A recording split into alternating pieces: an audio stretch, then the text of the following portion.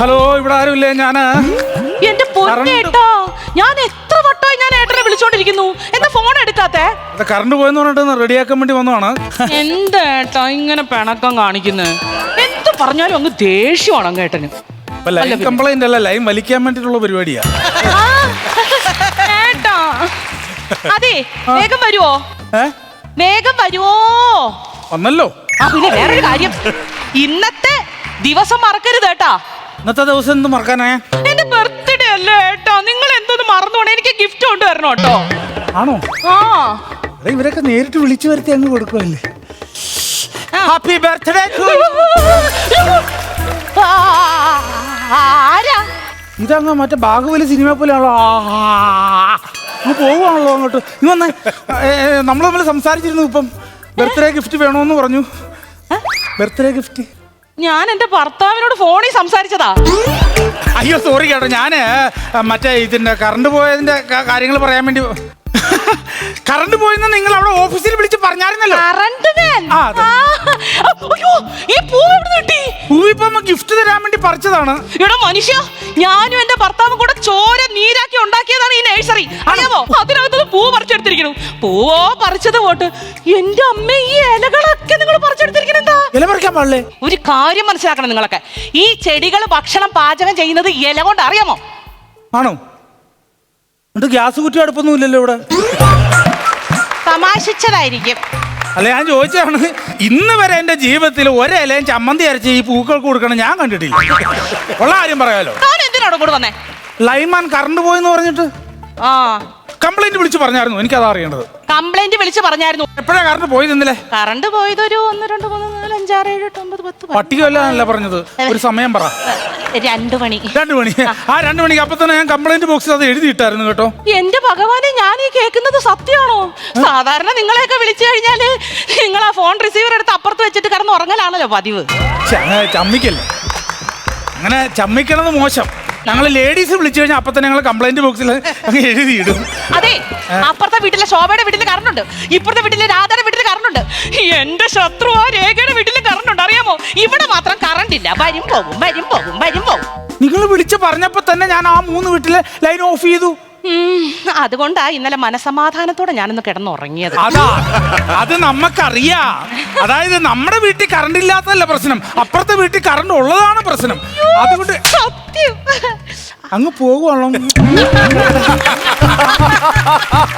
അപ്പം എങ്ങനാ ഈ കറണ്ട് പോയത്?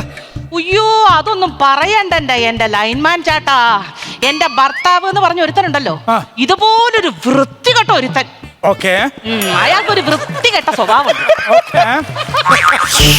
അവൻ അത്രയ്ക്ക് വൃത്തികെട്ട ഊള. അയ്യോ, അങ്ങനെയല്ല. അയാളെ ഇത്തിരി ഓവർ വൃത്തിയാ. ഓവർ വൃത്തിയുടെ കാര്യത്തിൽ വൃത്തികെട്ടവൻ. അങ്ങനെ അങ്ങനെ അത് ചിലർക്ക് അങ്ങനെ ഉണ്ടാവും. ഈ പുള്ളിക്കാരൻ ചെടി നനച്ച് ഇങ്ങനെ വന്നപ്പോ നമ്മുടെ ആ മറ്റേ ബോക്സിന്റെ പേരൊന്നും, മീറ്റർ ബോക്സ്, ഇത് ഈ സാധനം. അത് തന്നെ. ഈ മീറ്റർ ബോക്സിന്റെ അവിടെ മാറാലിരിക്കണ കണ്ടിട്ട് ഈ ഓസ് എടുത്ത് അങ്ങോട്ടേക്ക് എടുത്ത് ഒരു ഒഴി ആ മാറാല മൊത്തം അങ്ങ് കളഞ്ഞു. അതോടുകൂടി കറണ്ടും പോയി. എന്ത് ചെയ്യും? കുഴപ്പമില്ല, അതൊന്നും ഒരു വിഷയമല്ല. അത് ഷോക്ക് അടിക്കുക അങ്ങനെ വല്ലതും ചെയ്തു ആർക്കെങ്കിലും? നിങ്ങളുടെ കറണ്ട് അടിച്ച് ഷോക്ക് അടിച്ച് മരിച്ചാരും ഞാൻ കേട്ടിട്ടില്ല. പക്ഷെ നിങ്ങളുടെ കറണ്ട് ബില്ല് അത് കണ്ടാ ഷോക്ക് അടിച്ച് മരിക്കും ആൾക്കാർ. ചുമ്മാ ചമ്മിക്കുവാണേ, ചുമ്മാ ചമ്മിക്കുക. കറണ്ട് ചുമ്മാ ചമ്മിക്കുക, അത് ശരിയല്ല. അത് ഇതിപ്പോ നന്നാക്കാൻ പറ്റുമോ ഇല്ലയോ? നന്നാക്കാൻ പറ്റും. പിന്നെ ഒരു ഏണി കിട്ടുമോ നമുക്ക്? അയ്യോ, ഏണി ഉണ്ടായിരുന്നു, പക്ഷെ 2 ആഴ്ച മുന്നേ ആയിരുന്നു സഞ്ചയനം. ഏണിയുടെ അല്ല, എന്റെ അമ്മായിയപ്പൻ, ഏട്ടന്റെ അച്ഛൻ, ഏണിത്തങ്കച്ചൻ. എന്റെ പൊന്നോ, ആ സാധകല്ല നാട്ടിലും പോയി ഉള്ള ഏണി മുഴുവൻ മരിച്ചു ഇറക്കി ഇങ്ങോട്ട് കൊണ്ടുവരും. അങ്ങേര് മരിച്ച് മണ്ണടിച്ചപ്പോഴാണ് ഒരു സമാധാനം. ഞാൻ ആ ഏണിയാണോ ചോദിച്ചേ? അയ്യോ, പിന്നെ ഏത് ഏണിയാ? ചവിട്ടി കയറുന്ന ഏണിയില്ലേ, അതല്ലേ ചോദിച്ചേ? അങ്ങനത്തെ ഏണി ഞങ്ങളുടെ അടുത്ത് ഇല്ലല്ലോ. അങ്ങനെ ഏണി ഉണ്ടെങ്കിലല്ലേ നമുക്കിത് കയറാൻ പറ്റുള്ളൂ. അങ്ങനെ ഞങ്ങൾ അങ്ങനെ അടിച്ചു കൊടുക്കുവാണല്ലോ ഇങ്ങനെ. എന്നാ പിന്നെ ഞാൻ ഗോൾഡൻ ഗ്രൗണ്ട് അങ്ങ് അടിക്കും. അങ്ങനെ അടിക്കല്ല, അതെങ്ങനെ ശരിയാവണം? അങ്ങനെ പറയരുത്.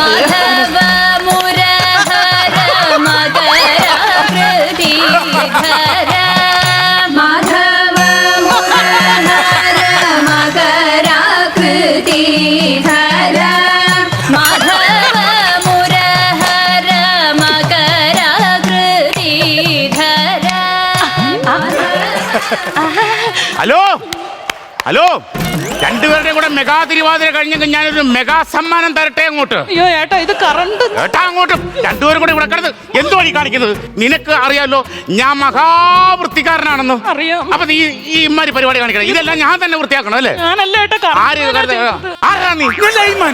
നിന്റെ ആറ്റിറ്റ്യൂഡ് കണ്ടപ്പോഴേ മനസ്സിലായില്ല ഞാൻ വലിക്കാൻ വന്നതാണെന്ന്. എടാ എടാ, ഇമ്മാരി പരിപാടി എന്റെ നഴ്സറി നടക്കത്തില്ല.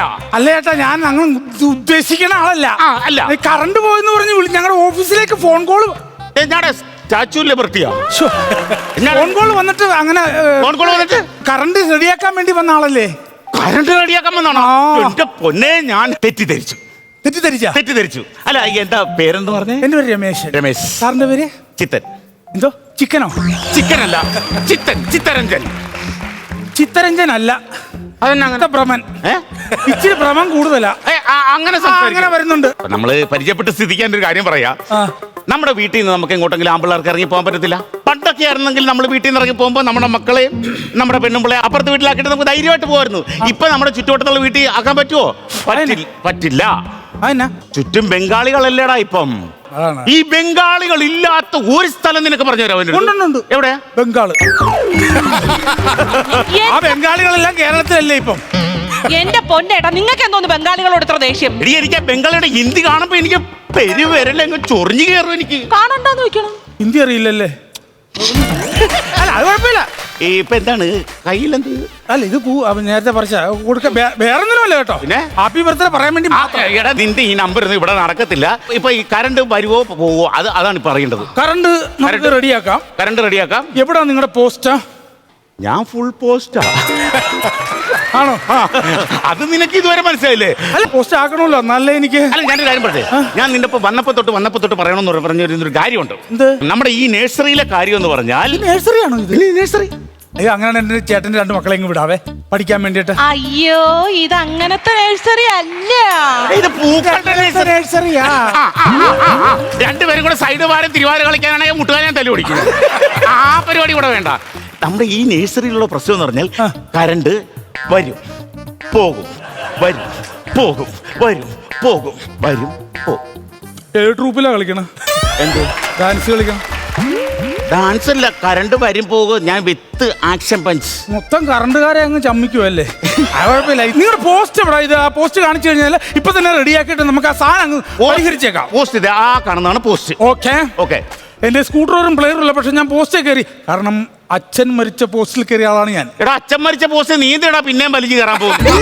അതല്ലെന്ന്. പിന്നെ അച്ഛൻ മരിച്ച പോസ്റ്റാണ് ഞാൻ ഇവിടെ കയറിയത് തന്നെ. നീ അതൊന്ന് റെഡിയാക്കി തരാൻ പറ്റുമോ ഇല്ലയോ? ആ പോസ്റ്റ് ഞാൻ റെഡിയാക്കി. ഇപ്പൊ കറണ്ട് കുത്താവേ. എവിടെ പോണോ? അല്ല, ഏണി നിന്റെ പുറത്ത് ചോട്ടിയാണ് അവൻ ചെയ്യാൻ പോകുന്നത്. കയറിപ്പൊടിയകത്ത് ആ വേട്ടവളി അന്ന് കൂട് വെച്ച സ്ഥലത്ത് വീണ്ടും കൂട് വെച്ചിരിക്കുന്നു. ഞാൻ ഇന്ന് എത്ര പറഞ്ഞാലും കേൾക്കുകയല്ല ഈ സാധനം. കറണ്ട് വന്നോ?